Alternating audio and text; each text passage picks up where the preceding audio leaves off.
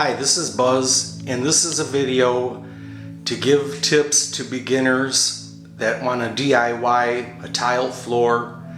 And I've watched dozens of DIY tiling videos myself, so I'm not going to go over every point. All of those rules still apply.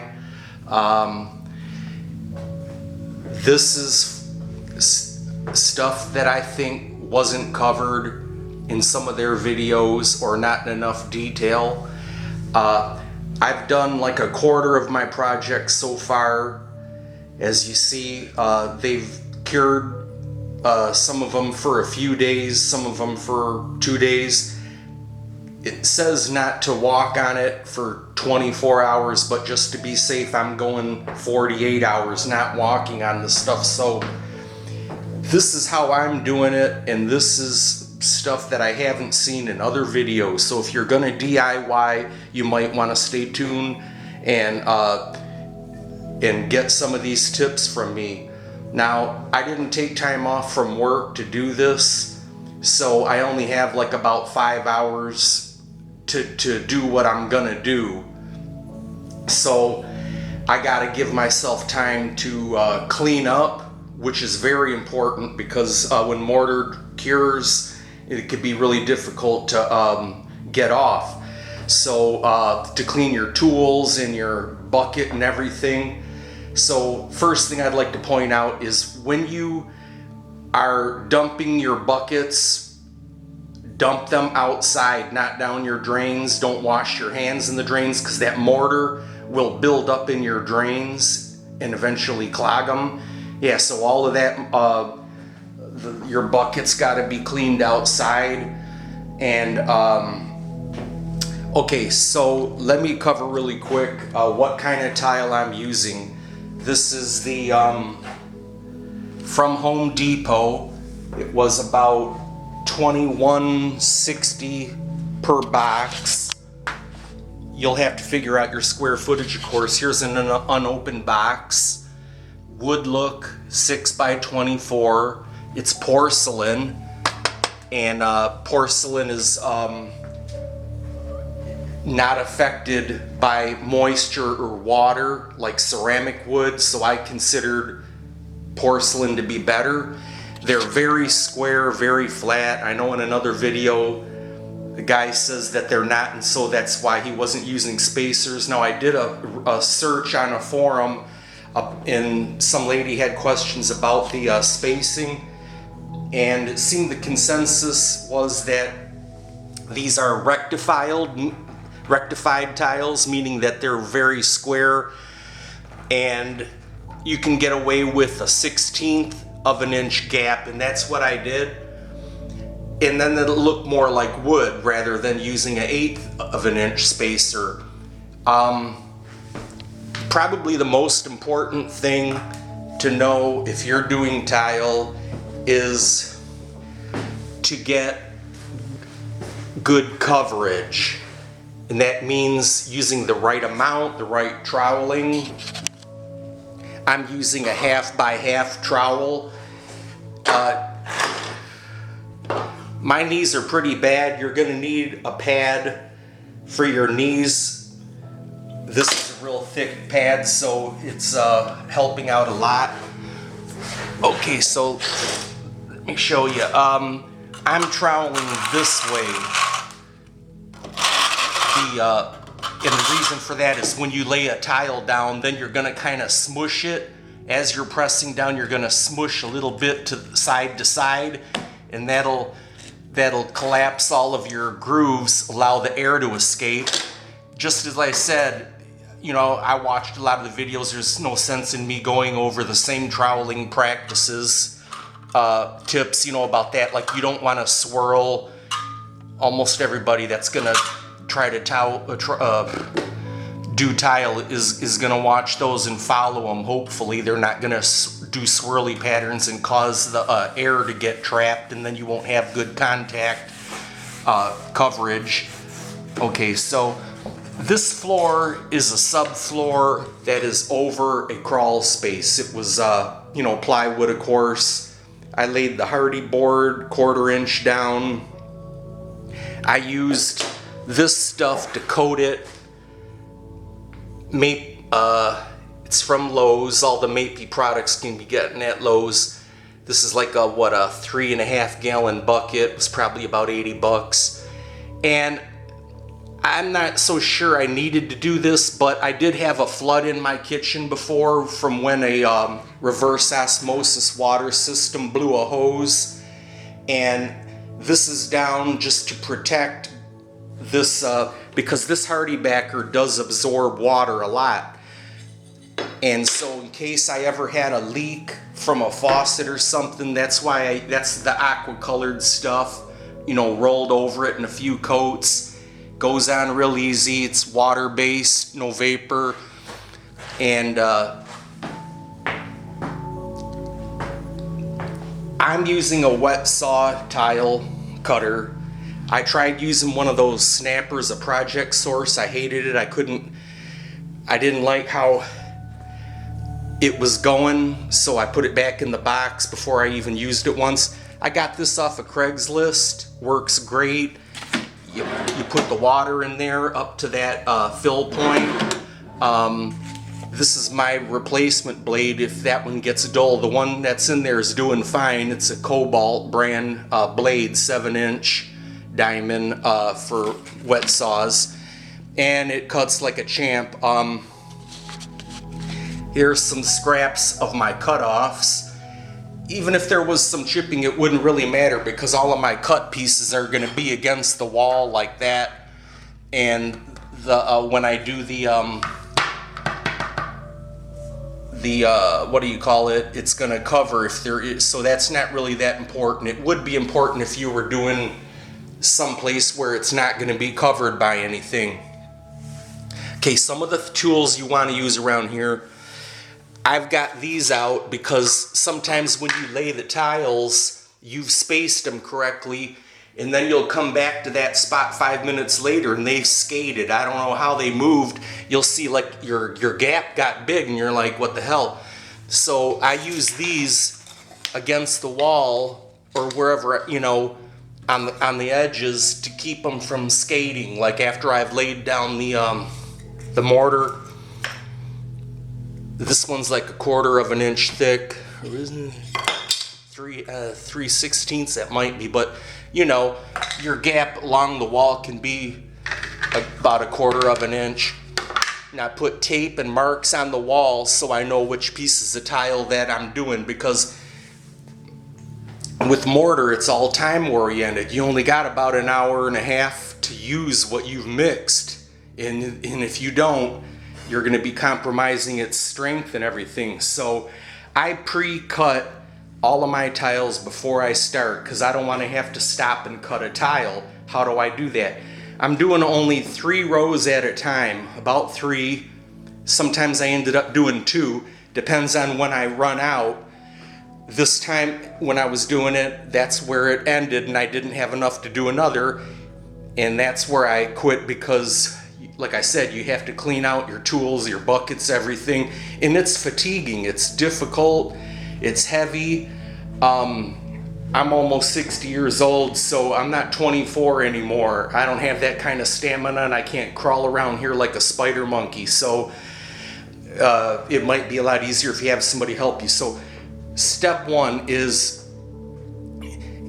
I'm laying them down with the spacers, about 3 rows, and I'm starting on the end where I have a full one, and then I'm measuring with the measuring tape what gap I have left over, and then when I figure that out, you know, you compensate for the space that you have for these spacers.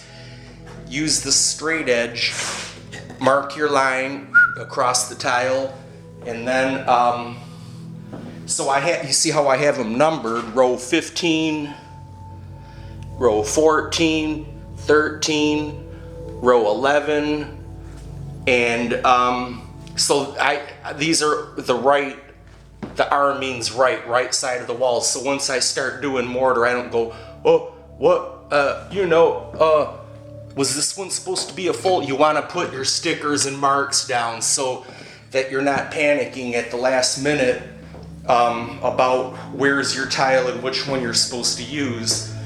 And of course, just like all the other videos say, you want your patterns, you want to avoid the H patterns, you want to avoid ladder patterns and all that. You can't avoid every single one. Like on mine, they tend to repeat every third row. See, I got the line there, but it's skipping 2 rows. Your eye's not gonna notice that. And I guess this video is gonna be a little bit longer than I thought, but at least it's gonna be more informative. So, like I said, I'm cutting my tiles before I even start the mortar so that I've got 3 rows ready to go once I mix up my mortar. And I'm only mixing about half of a bucket, about this much. Once it's all mixed, only less than half of a bucket at a time, and that's about enough. I had to buy this at Harbor Freight for 50 bucks. It's worth it. It's got the torque, it's got the power that you need to, I was using a cordless drill, and I ruined a battery. There was smoke coming out of it. And one time when I mixed too much, it just simply wouldn't stir. It would cut out. So you're gonna need one of these high torque things. You take it outside and you'll have your, this is my mix bucket. And once I open a bag, I dump it inside of one of these and I use this to scoop it out. I'm using large format floor tile mortar, and I am using the Maybe polymer additive. And the reason that is because even though this was a rolled on membrane, it's still considered a membrane.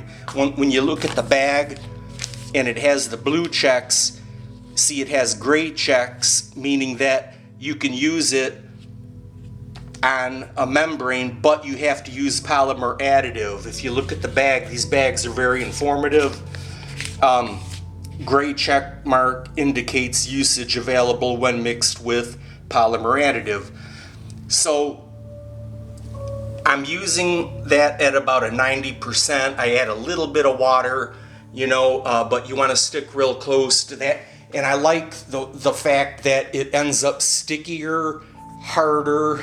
It adds flexibility to your mortar, because that's the #1 enemy of tiling is cracking, because there is zero flex in porcelain and ceramic, and the larger you go, the more dangerous it is. You don't want years down the road to have cracked tiles. Now, when I started out, I started out using a different kind of mortar, and I didn't like it. It's supposed to not require using the polymer additive. In the bag it says not to use polymer additive because it has a dry form of it in there. And I don't have the empty bag, but what it was, it only came in white, and it said large format floor and wall, and it had said you could use it on membranes without using that additive. But like I said, for one thing, I didn't like it being white because that's gonna kind of conflict with my grout, which is gonna be like a really dark gray grout. And I like that because if you ever looked at any tile floors, whenever you get stains and stuff, if you use a light color grout, you're gonna see areas where it's dark, and then you're gonna see areas where it's light, and it just looks ugly. So I'm going with the dark grout.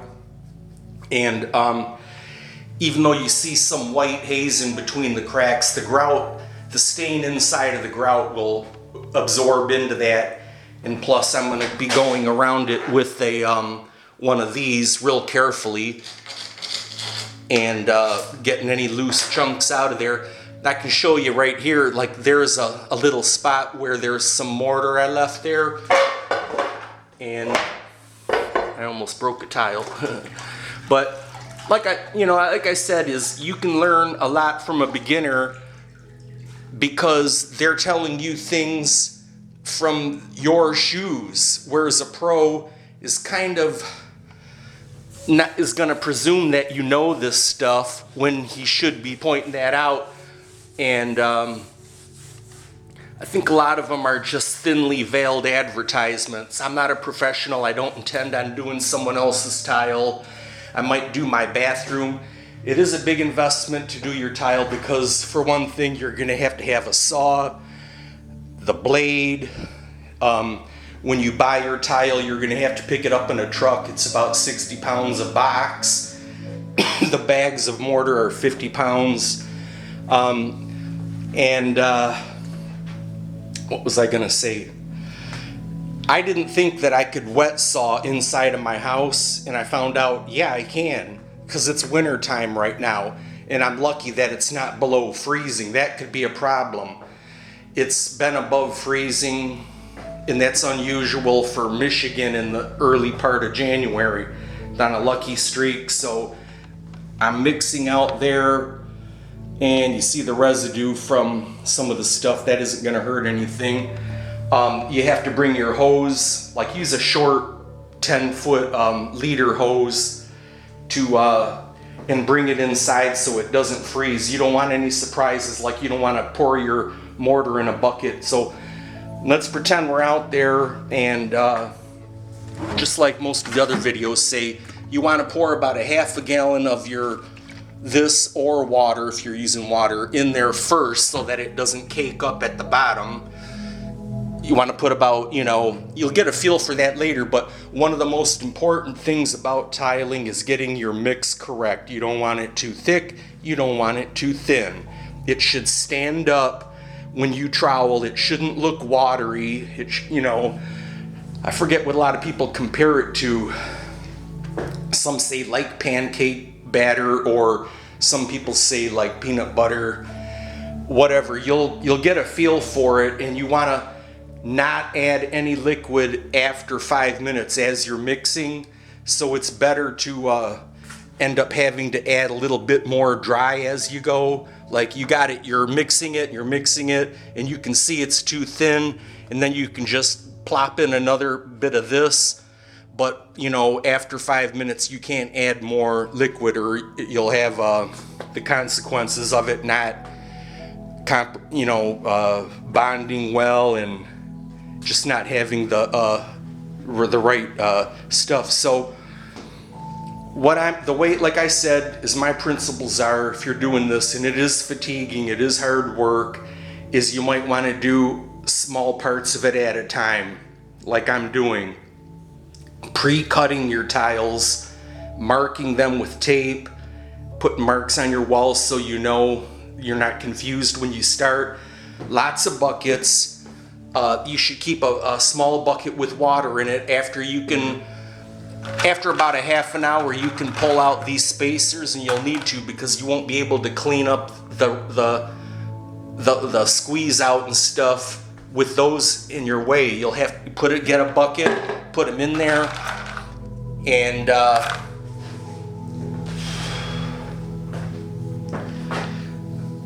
let's see what paying attention to getting avoiding lippage. Get them as level as possible. The number one most important thing is getting the good what was I gonna say? Making sure that you're pressing it down good.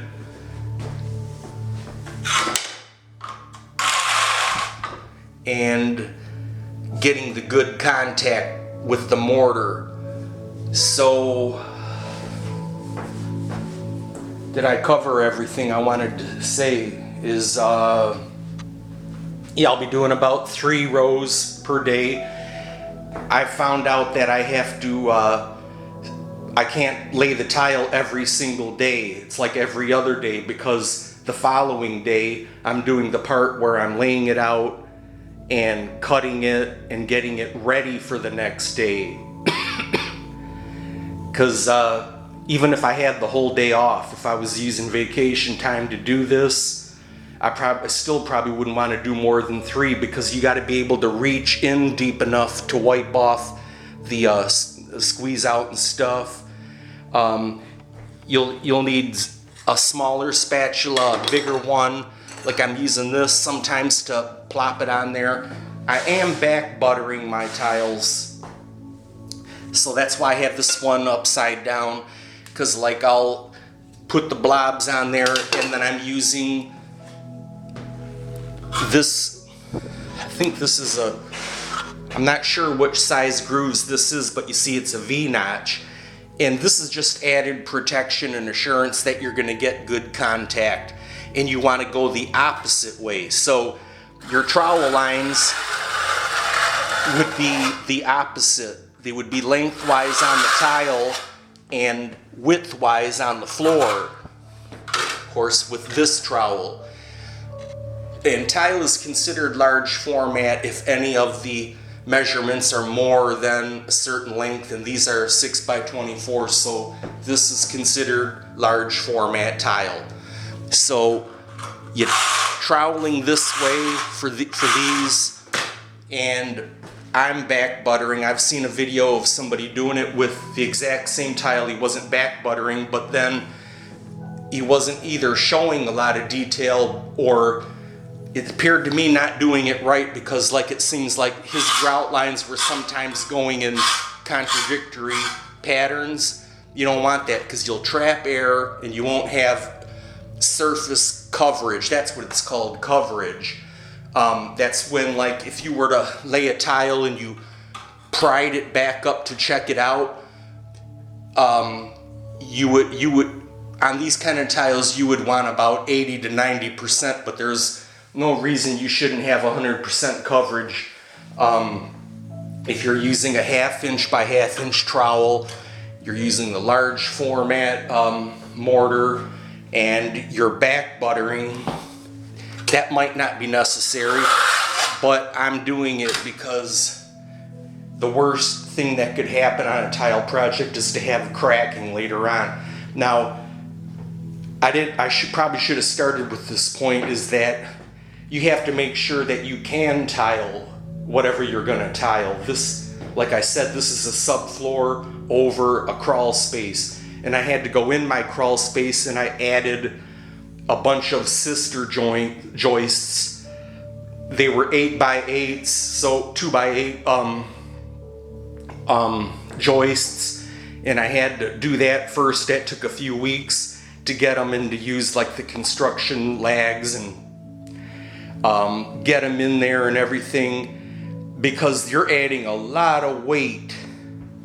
And even if you did everything right, if the floor itself is not strong enough, you're gonna end up with the floor sagging, and then you'll have cracked tiles and a huge mess, and a lot of waste of money. So in this portion of the room, this is the kitchen part, there's a full basement under me, and I had to do the same thing with the joists, and I made sure they were level. I shimmed them. I replaced the subfloor. It had the old-fashioned pine planks. This house was built like 75 years ago, and I used Advantech 3/4 inch subfloor, glue and screwed, and then the hardy backer, and checking the level each time, getting it as level as possible. You have to buy a few levels, the real long 6-foot ones, and some like a 4-foot and a 2-foot. You'll need them all. This has been going on for months. I had 2 quotes of doing this, and one, I didn't care what his price was, because I didn't like what he said about what he was gonna do.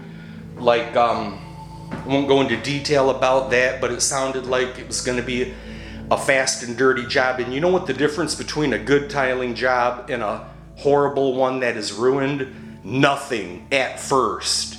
That could take months and years to find out if you've made mistakes or they made mistakes. The quotes were pretty damn high on labor, like $3,000. And so that's my main reason that I wanted to do this myself, is I simply do not trust most pros. And sometimes their estimates can be wildly high. You don't want to just go with the first proposal.